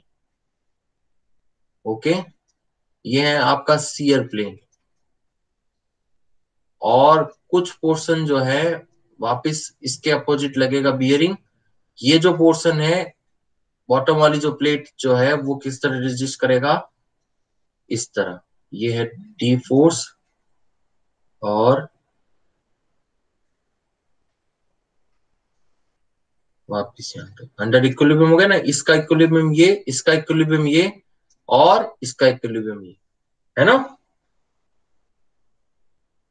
ओके। यस अब सर। आते हैं फ्रिक्शन जो कनेक्शन जो है उसके केस में फ्रिक्शन जो कनेक्शन जो है उसके केस में जो लोड ट्रांसफर मैकेनिज्म होती है वो क्या होगी, टेंसाइल और क्लैपिंग फोर्स। कैसे? फ्रिक्शन ग्रिप टाइप बोल्ट्स में फर्स्ट क्या होगा कि जो बोल्ट्स जो हैं which are the tension, under the tension रहते हैं, इसके टाइटनेस इतनी होती है कि इन दोनों प्लेट्स के बीच में फ्रिक्शन जनरेट हो। ओके, तो फर्स्ट जो लोड, मान लो इस वाली जो प्लेट्स पे जो लोड लग रहा है या फिर टेंसाइल फोर्स लग रहा है टी, उसको रेजिस्ट करेगा bye the help of one component is friction and second component is the clapping force. ये जो क्लैपिंग फोर्स है नॉर्मल, इसी से क्या होगा, फ्रिक्शन फोर्स जनरेट होगा। ओके,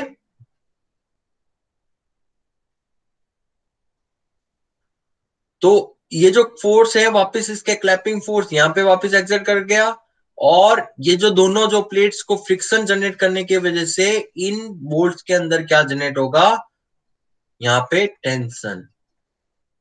ओके, यहां तक क्लियर?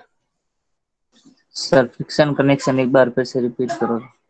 देखो फ्रिक्शन कनेक्शन में क्या होता है, फर्स्ट पहली बात तो कि आपका जो बोल्ट्स जो है वो अंडर टेंशन रहता है। मतलब टेंशन मतलब कि उसको इतना टाइटनेस करते हैं कि जो बोल्ट्स का थ्रेड पोर्शन और नट जो पोर्शन होता है वो अंडर, ये आपके मान लो थ्रेडेड पोर्शन और ये आपने नट एक्सर्ट किया यहाँ पे, ये जो बोल्ट्स है ये क्या करेगा, टाइटनेस मींस दोनों प्लेट को क्या करेगा, ग्रिप देगा, एक हाई टाइटनेस, इसलिए तो नाम दिया है।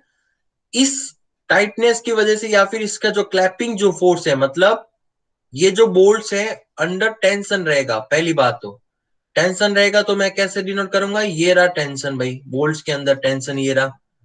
ये बोल्ट्स के अंदर टेंशन कैसे प्रोवाइड करते हैं, ये प्रोवाइड करते हैं बाय द हेल्प ऑफ नट और थ्रेडेड पोर्शन को टाइट करके। ओके, तो ये जो टेंशन जो फोर्स है इसके वजह से क्या होगा, स्ट्रेस से जनरेट होंगे। ये जो स्ट्रेसेस है वो कैसे जनरेट होंगे कि फर्स्ट इन दोनों प्लेट्स के बीच में तो पहली बात तो फ्रिक्शन जनरेट होगा, तो फ्रिक्शन जनरेट होने की वजह से कुछ रेजिस्टेंस जो है वो फ्रिक्शनल फोर्स देगा, एंड फ्रिक्शन जनरेट होने के लिए क्या चाहिए, नॉर्मल कंपोनेंट भी तो चाहिए ना। कहीं पे पढ़ा नहीं आपने इस वाले, मान लो ये थीटा डिग्री है और ये जो ऑब्जेक्ट है और उस पे नॉर्मल जो फोर्स है वो एन है, तो फ्रिक्शन जो है फोर्स एफ वो तब जनरेट होगा जब नॉर्मल फोर्स भी लगेगा। तो friction equal to friction factor small F into multiply by N, physics में पढ़ा था। Yes sir, mu N. हाँ म्यू एन, जिसको म्यू एन इंटू एन कहते हैं। तो ये फ्रिक्शन कोई ना कोई तो कॉफिशिएंट होगा ना, ये जो कॉफिशिएंट डिपेंड करेगा इन दोनों के प्लेट्स के बीच में म्यूचुअल सरफेस कैसी है, अगर पेंट है, रब है, क्या मटेरियल है, स्टील है और different types of mild steel है, तो उसके बेसिस पे डिपेंड करता है, और इसकी सरफेस कंडीशन कैसी है, कोरोसिव सरफेस तो नहीं है, तो उसके बेसिस पे फ्रिक्शन जनरेट होगा कि नहीं होगा, क्योंकि ये जो लोड ट्रांसफर मैकेनिज्म है वो फ्रिक्शन के थ्रू होता है। और ये जो फ्रिक्शन जनरेट क्यों होता है as compare to bearing connection, कौन बताएगा? कि सर आपने यहाँ पे तो नहीं लिखा भाई ये प्लेट जो है दोनों आपस में कनेक्टेड है। नॉर्मल फोर्स एक्ट करता है सर उसकी वजह से। हाँ, ये जो नॉर्मल जो फोर्स है वो एक्ट कराते हैं bye the help of the friction grip type bolt, है ना, इसीलिए तो नाम पड़ा है इसका कि ये इतना ग्रिप प्रोवाइड करते हैं, इतने टाइटनेट कि इनके जो बोल्ट है वो आर दी अंडर टेंशन होता है। पहली बात तो ये जो बोल्ट्स हैं वो under are the not tension, it's directly supported through the bearing और सियरिंग एक्शन से बोल्ट ट्रांसफर करता है। तो ये जो बोल्ट्स हैं वो एक तो अंडर टेंशन होता है, ये टेंशन क्या करेगा, इन दोनों प्लेट्स को क्लैप करेगा एकदम, तो ये इसके वजह से नॉर्मल जो फोर्सेस जनरेट होगा एंड, और ये नॉर्मल फोर्सेस क्या करेगा, फ्रिक्शन जनरेट करेगा, है ना भाई। दोनों जो सरफेस है, अगर जैसे अपने दोनों हैंड्स को लो और दोनों को जितना पुश करोगे और उसके बाद में स्लाइड करोगे उतना ज्यादा क्या लगेगा, फ्रिक्शन, और दोनों को अगर पुश ना करो और जस्ट एक दोनों सरफेस को स्लाइड करो अपने दोनों हैंड्स को, तो आप देखोगे कि फ्रिक्शन जो है वो जनरेट नहीं होगा उस केस में, है ना? यहां तक क्लियर? Yes sir. ओके, ये कुछ जो होल्स के बारे में बताया था, किस तरह एक जो स्टैंडर्ड जो होल होता है, ये स्टैंडर्ड, और उसके बीच में क्या है, बोल्ट्स। ओके, ओवर साइज में मतलब ये था आपका size of the bolt, but diameter of the bolt जो है D nought, it's much greater than the diameter of the bolt. Okay, then second one, short slot means एक जो bolts हैं वो या तो यहां पे फिल हो सकता है इस वाले पोर्शन पे, ओके, या फिर सेकंड, और पोजीशन क्या हो सकती है, सेकंड ये वाली इसके अंदर हो सकता है। वो डिपेंड करेगा कि आपको कहां पे प्रोवाइड करना है ना। और लॉन्ग शॉर्ट का मतलब बताया कि या तो यहां पे प्लेस होगा या फिर यहां पे होगा। इसका सिंपल एग्जांपल बताऊं, जो रैक जो बनी होती है आपकी, जो स्टील की जो रैक बनी होती है, नॉर्मली आपने बुक्स या फिर कहीं पे भी देखा होगा शॉप पे, तो उसके अंदर स्लॉट है ना, स्लॉट टाइप्स के है ना होल प्रोवाइड करते हैं फॉर प्रोवाइडिंग दी बोल्ट्स। क्योंकि इसमें क्या होगा, बहुत सिंपल एग्जांपल बताता हूं, जैसे ये दो प्लेट्स हैं, ओके, उसमें इस पोर्शन पे क्या कर रखा है, लॉन्ग स्लॉट कर रखा है, और एक इसके डायरेक्शन में कर रखा है, दो। अब क्या हुआ कि इसी सामने प्लेट को आपको ज्वाइन करना है, ओके, उसका जो है वो डायमीटर स्टैंडर्ड है, और एक जो प्लेट जो है वो आपको कनेक्ट करनी है हॉरिजॉन्टल, उसका डायमीटर है डी। ओके, ध्यान से सुनना, देखो ये है आपकी प्लेट, मेन प्लेट, जिससे दोनों प्लेट नंबर 1 और प्लेट नंबर 2 को कनेक्ट करना है। पहली बात, यहाँ पे क्या है, लॉन्ग शॉर्ट टाइप का होल कर रखा है, तो अपन इस प्लेट को या तो यहां पे जोड़ सकते हैं, मतलब ये वाला जो होल है या फिर ये वाला जो बोल्ट है वो यहां प्रोवाइड कर सकते हैं, या फिर सेकेंड ऑप्शन क्या है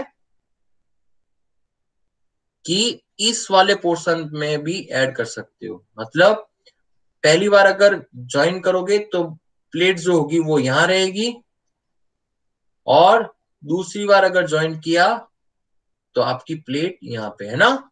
ये डिपेंड करेगा आपका ओरिएंटेशन या फिर ये जो alignment of the vertical plate. Okay, आगे समझ में? यस और no? Yes sir. Yes sir. अब आते हैं कि जो ये जो पॉइंट्स यहां पे याद रखना, रिमेंबर कि जो HSFG वाला जो बोल्ट्स हैं, इसको टाइटनिंग जो है वो किस तरह प्रोवाइड करते हैं। ओके, ये प्रोवाइड करते हैं फर्स्ट टर्न ऑफ नट, कि आप थ्रेडेड पोर्शन में नट को इतना टाइट करो कि वो कैसे, कि ये जो पोर्शन है ये थ्रेडेड और ये पूरा पोर्शन है, और अब आप क्या कर रहे हो, इसके इंसर्ट कर रहे हो नट, तो यहाँ पे देखो, यहाँ पे आके रुक गया। उसके बाद भी क्या होगा, अगर इसको टाइटनेस करोगे तो थ्रेडेड पोर्शन पे आगे की तरफ ये क्या करेगा, मूव करेगा डायरेक्टली, है ना। यस अब सर। आते हैं कि हाँ, ये हो गया नॉर्मली थ्रेड पोर्शन की वजह से, टर्न ऑफ नट बोलते हैं इसको। अब कैलिब्रेटेड रेंच टाइटिंग, इसमें क्या होता है कि आपने क्या किया कि मेरे को इतना सा प्रोवाइड करना है, मतलब कैसे कि ये जो प्लेट्स जो है इन दोनों को प्लेट को टाइट करना है, और मुझे चाहिए इतना सा ग्रिप।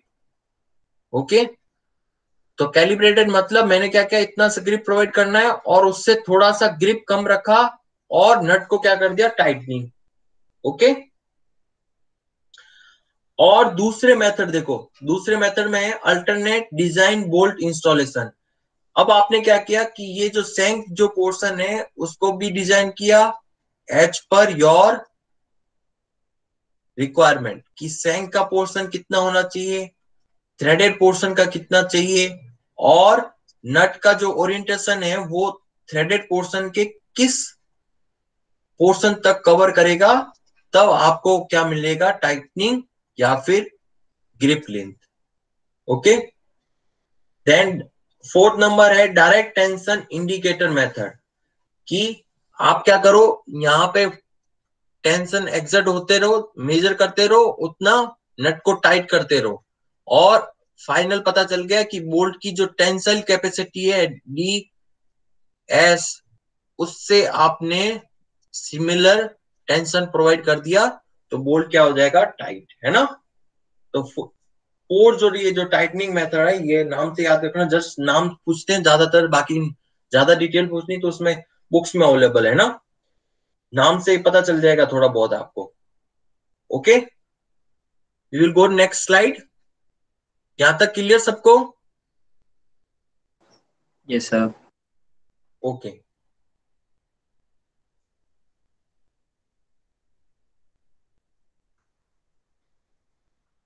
ये पोर्शन कौन बताएगा भाई, शेयरिंग वाला, ये वाला एरिया पता है सबको?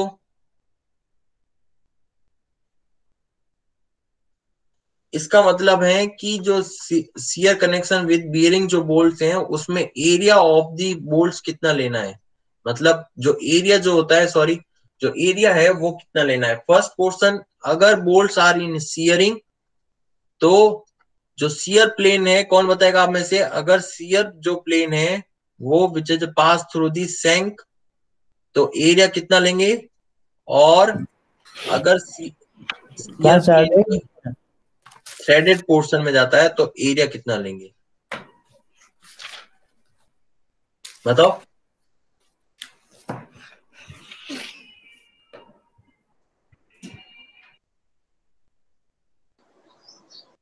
सर थ्रेडेड के लिए k into pi by 4d² हो जाता है, और अगर सैंक रहता है तो सीधा AG equals to pi by 4d² रहता है। हाँ, ग्रॉस एरिया लेंगे सैंक के केस में pi by 4 into d², nominal diameter of bolt, और के जो फैक्टर जो है वो 0.78 लेते हैं, है ना। Yes sir. अब देखो सेकंड पोर्शन, जो बियरिंग बियरिंग जो होती है बोल्ट्स पे, उसमें जो एरिया जो होता है वो होता है आपका, कि जिस पोर्शन पे बियरिंग जो एरिया लग रहा है वो होगा, एक तो होगा डायमीटर ऑफ होल, नहीं sorry, diameter of the bolt, और किस थिकनेस के लिए बियरिंग एरिया कर रहा है प्रोजेक्टेड, वो हो जाएगा थिकनेस। तो याद रखना, बियरिंग के लिए जो एरिया होता है वो लेते हैं प्रोजेक्टेड वाला D इंटू टी। कैसे किए हैं आप T, ये है T/2, ये है T/2, मीन्स सिंगल प्लेट को कनेक्टेड किया टू प्लेट से। तो फर्स्ट ये जो एक तो शियर प्लेन एक ये, और एक शियर प्लेन ये, तो कितने हो गए शियर प्लेन यहाँ पे, कितने हो गए भाई, सर 2। दो। और अब ये जो पोर्शन है ये क्या कर रहा है, इसके केस में बियरिंग, है ना। अगर इसको प्री बॉडी डायग्राम बनाऊं T/2, और ये वाला जो पोर्शन है, अगर मैं यहां से डिनोट करूं, ये क्या हो जाएगा, बियरिंग वाला, है ना। इस पोर्शन पे क्या लग रही है, बियरिंग, तो इस पोर्शन का एरिया कितना होगा, इस पोर्शन का एरिया होगा आपका इतना, प्रोजेक्टेड वाला, ये है डाया डी, हाफ डाया बता रहा हूं, और थिकनेस होगी कुछ ना कुछ उस प्लेट की टी, ये हो जाएगा आपका area D into T. Okay, यहां तक क्लियर?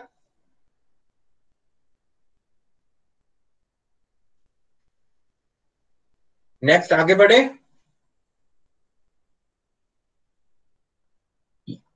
ये वाला जो पोर्शन है वो अभी के लिए स्किप कर दो, क्योंकि ये वाला एडवांस में है थोड़ा,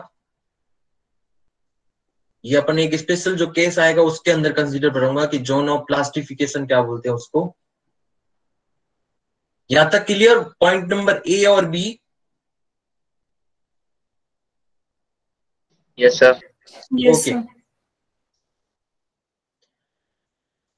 अब नेक्स्ट क्लास में अपन पढ़ेंगे कि बियरिंग टाइप्स ऑफ बोल्ट्स में पहली चीज तो मैंने आपको पढ़ा रखी है VSB।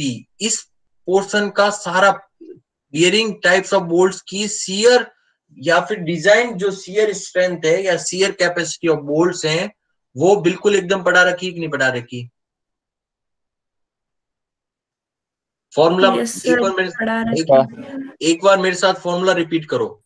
फर्स्ट, नॉमिनल जो shear strength of the bolt equal to FU divided by √3 multiply by NN ANB number of the net threaded plane, okay, net section area of the bolt, number of the shank plane S, area of the shank of the bolt, and finally design shear strength equal to nominal divided by कौन सा factor लगेंगे?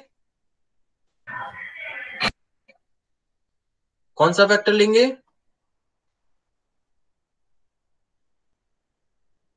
भाई? Material material,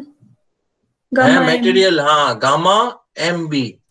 तो we can directly से out VDSB equal to FU divided by √3 gamma MB NN ANB plus NS ASB। Okay, और इसके साथ में आते हैं 3 रिडक्शन फैक्टर। जो रिडक्शन जो फैक्टर हैं वो क्या क्या है भाई? पहला long joints, second large grip joints, third packing plates. अब 1 बाय 1 बताओगे। फर्स्ट जो फैक्टर है रिडक्शन फैक्टर, पहली बात रिडक्शन फैक्टर जो RF जो होगा या फिर बीटा जो होगा वो which is can be greater than 1 और not to you? Yes sir. तो आप यस और नो तो बताओ। आप, मैं जिस चीज के लिए वेट कर रहा हूं आप कम से कम यस और नो तो बताओ। सर अभी मालूम नहीं है या फिर अभी पता नहीं चल रहा है इसमें। भाई वर्ड देखो, पहली बात तो रिडक्शन पूछ रहा है तो रिडक्शन का मतलब क्या है? ये फैक्टर ग्रेटर देन 1 हो सकता है क्या? No sir. हाँ भाई, किसी चीज को आप रिड्यूस कर रहे हो या फिर इंक्रीज कर रहे हो? रिड्यूस कर रहे हो मतलब फैक्टर, हाँ, फैक्टर जो बीटा है वो नॉट ग्रेटर देन 1 होना चाहिए। पहली बात तो बहुत सिंपल ये लॉजिक है। मतलब अगर आप पढ़ते हो उसके साथ साथ लॉजिक लगाओ कि बीटा की जो वैल्यू है वो ग्रेटर देन 1 हो सकती है कि नहीं हो। जैसे मैंने बोल दिया कंसीडर बीटा इक्वल टू 1.25, आप ले लोगे क्या? है ना? तो फर्स्ट जो रिडक्शन है वो किसके लिए ले रहे हैं अपन? Long joint. और ये जो लॉन्ग जॉइंट है वो कब कंसीडर होता है भाई? कितनी डिस्टेंस होती है तब लॉन्ग जॉइंट कंसीडर करते हैं?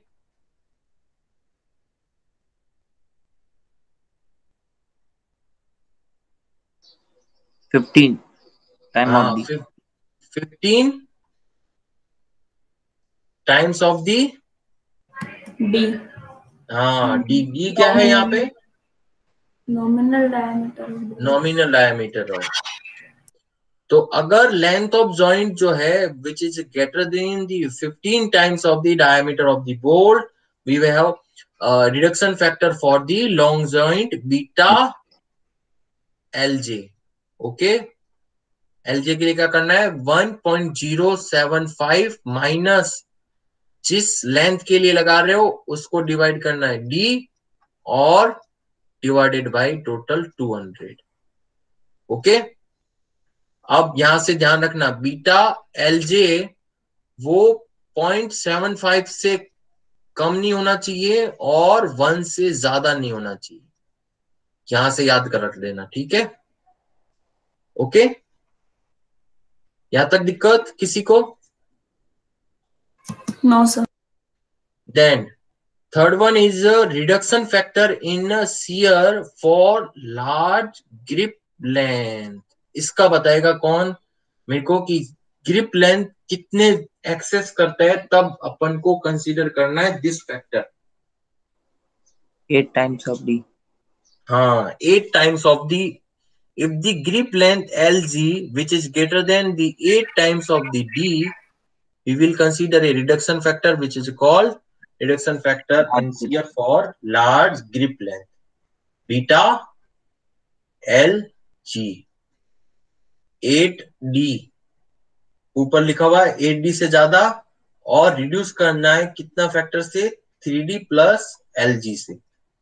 ओके 8D मतलब लेंथ से ज्यादा होता है, तो 3D प्लस LG से अगर आप डिवाइड करोगे तो आपको बीटा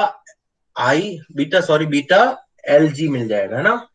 और ये याद रखना बीटा LG जो है, बीटा जे से ज्यादा नहीं होना चाहिए, ये वाला जो फैक्टर है इससे ज्यादा नहीं होना चाहिए। Beta LG is not greater then beta LG। L for length और J for joint, L for length और G for grip.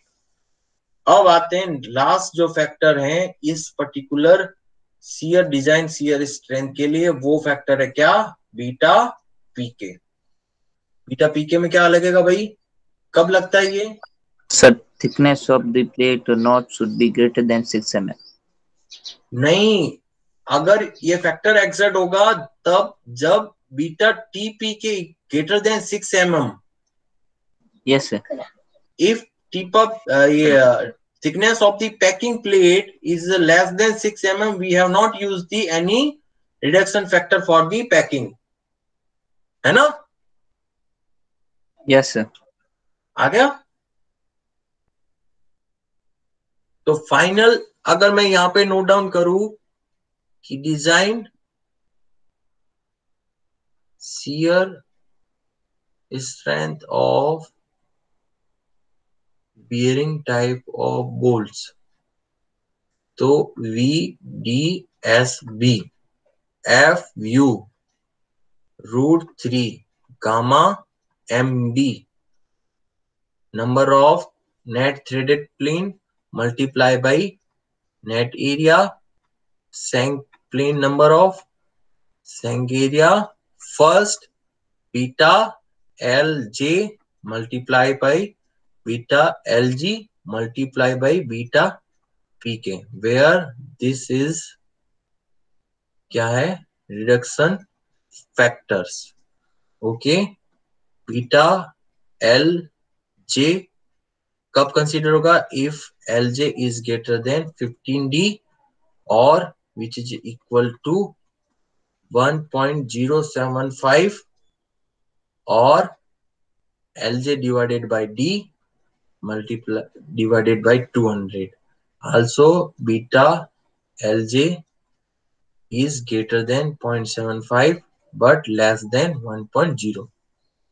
Beta LG equal to grip length which is greater than, if 8D then beta LG equal to, इस length को क्या करना है, divide करना है by the help of 3D plus LG, but beta LG is not greater than beta LJ.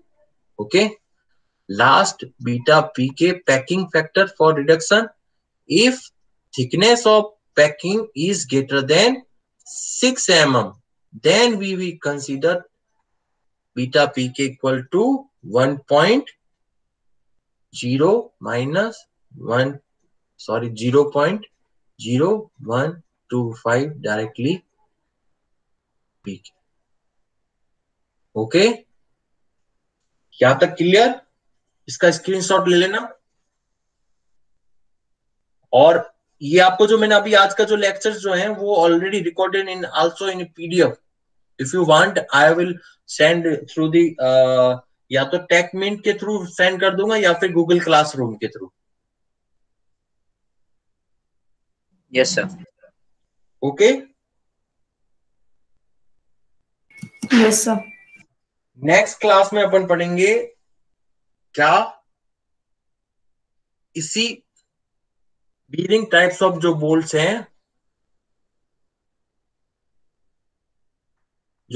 हैं, उसमें second जो पॉइंट रहेगा था वो क्या था, बियरिंग स्ट्रेंथ।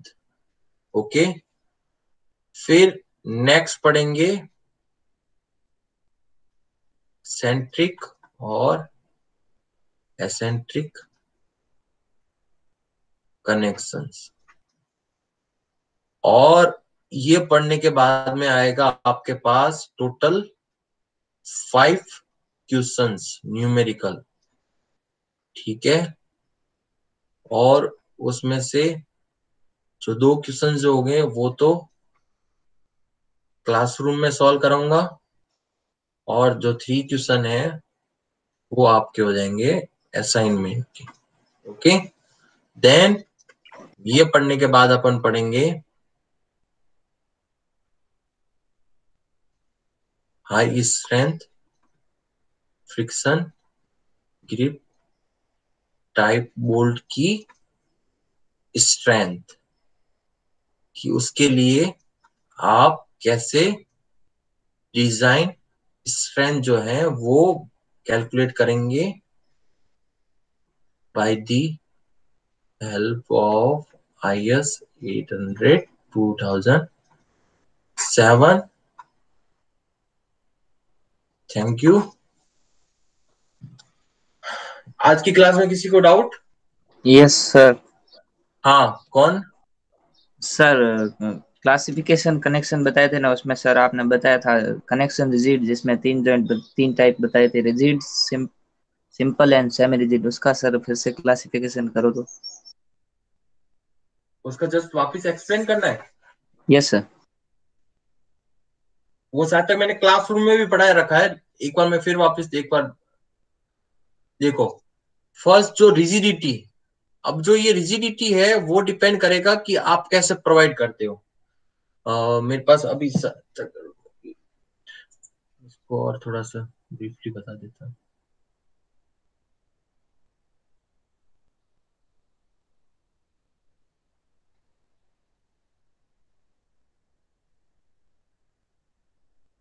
जस्ट वेट ए सेकेंड।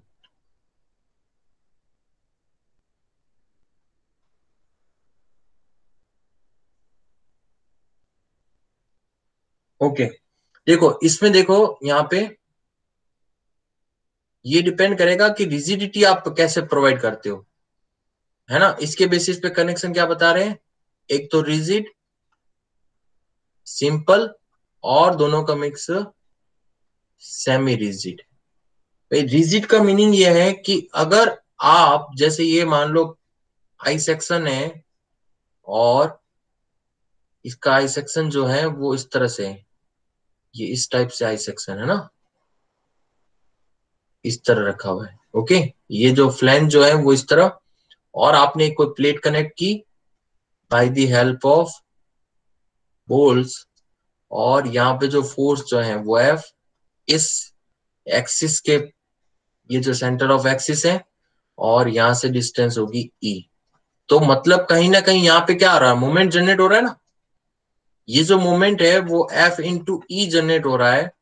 तो ये जो कनेक्शन जो प्रोवाइड कर रहे हो वो इस तरह से कनेक्शन कर रहे हो कि फोर्स F को तो ये सपोर्ट कर ही रहा है, मतलब F फोर्स को रेजिस्ट करेंगे bye the help of 6 bolt, but also 1 moment. ये जो मोमेंट जो अपन रेजिस्ट कर रहे हैं वो भी इसके लिए डिजाइन होगा बोल्ट्स में, कि अगर आप जॉइंट को इस तरह रिजिड बनाते हो, या फिर इस जॉइंट जो है which is can B transfer full moment capacity, full moment capacity अगर ये ट्रांसफर करेगा तो ये जो कनेक्शन होगा वो क्या होगा, रिजिड, है ना। और स्टील में डिफरेंट टाइप्स ऑफ कनेक्शन जो है वो रिजिड, सिंपल और सेमी रिजिड भी होगा, डिपेंड्स ऑन दी कनेक्शन या फास्टनिंग जो है वो प्रोवाइड करते हैं। Okay, yes sir. अब इसी केस में यहाँ पे अगर वेल्डेड करूं फिक्स हो जाएगा, मतलब लो मोमेंट भी रजिस्ट करेगा।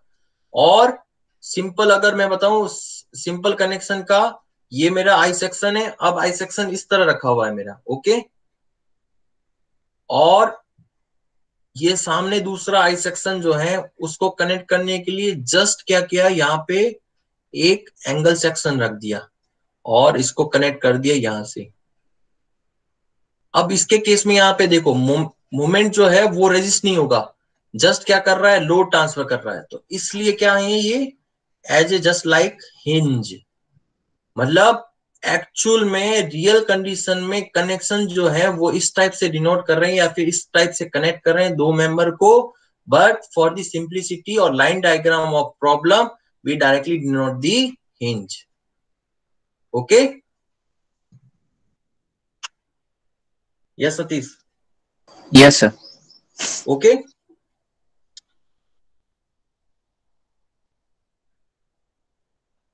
okay, thank you for joining us.